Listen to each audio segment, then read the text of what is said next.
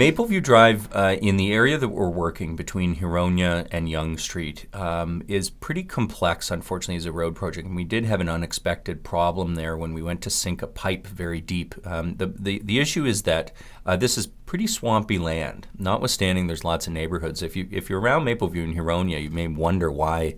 Why is there still some bush, some undeveloped areas right in the middle of the city at Mapleview and Huronia? Well, it's because it's literally swampy, and the water table is very close to the surface. So whenever we dig underground to put in pipes or any underground infrastructure, even cabling, there has to be dewatering to take the water out while the work is done, and we had a real problem with that when we went to do the pipe a year and a half ago.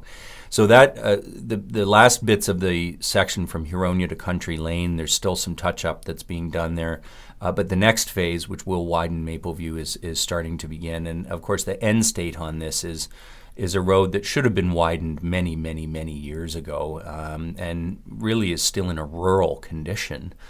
Even though it connects, Yonge Street and the GO station to Highway 400. So it's a very important connection. It is a little more complex, though, than your average road project because of the amount of water that we deal with as soon as we get into the ground. We do this in phases, and it's always a trade-off, right? I mean, we can do a longer project, a larger project, get it done sooner, but then you're inconveniencing, you're causing so much more pain in terms of traffic impact. So we try and get this as right as we can. We will always, I know, get some complaints because it is inconvenient. But when we do work in these areas, we try to keep the road open and not have full closures as much as possible. This one doesn't involve a lot of full closures.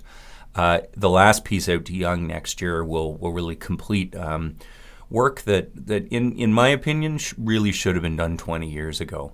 But as with many things in Barrie, we play catch up to growth too much. And one of the things I think this council's really been trying to do is not just catch up on the work that we know should have been done or needed to have been done, but now as we look ahead to growth, to get that work done early when it needs to be done, when the growth happens, and not end up with 20 years of traffic pain before it finally gets fixed.